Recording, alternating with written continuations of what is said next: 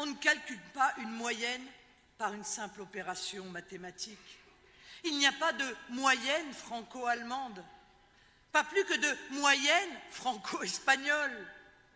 J'aime l'Allemagne parce qu'elle est allemande. J'aime la France parce qu'elle est française.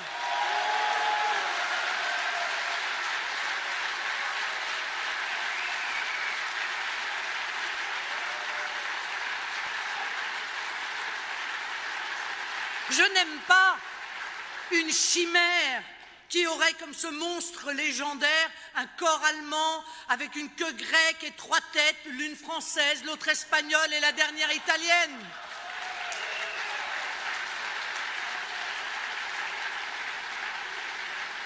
Les distinctions entre les peuples ne peuvent pas être rayées d'un trait de plume. J'ai pris l'exemple de l'euro. J'aurais pu tout aussi bien parler de la fiscalité, des droits sociaux, des systèmes de retraite ou des salaires minimaux. On veut couler toutes les nations européennes dans un même moule économique en écrasant leurs particularités.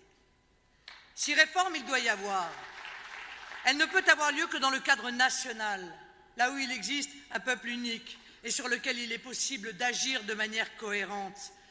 L'intégration économique qui serait suivie d'une intégration politique est un rêve qui se transforme en cauchemar.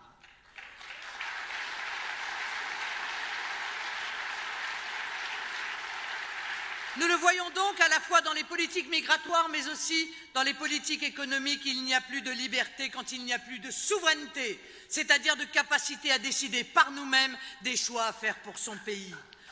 Aujourd'hui, on fait voter les représentants d'un pays pour créer des lois pour un autre pays, à l'autre bout du continent. Mais cela n'a aucun sens. Je n'ai pas envie qu'un autre pays décide pour le mien de ce qu'il doit faire. Et je n'ai pas envie que le mien décide pour les autres non plus.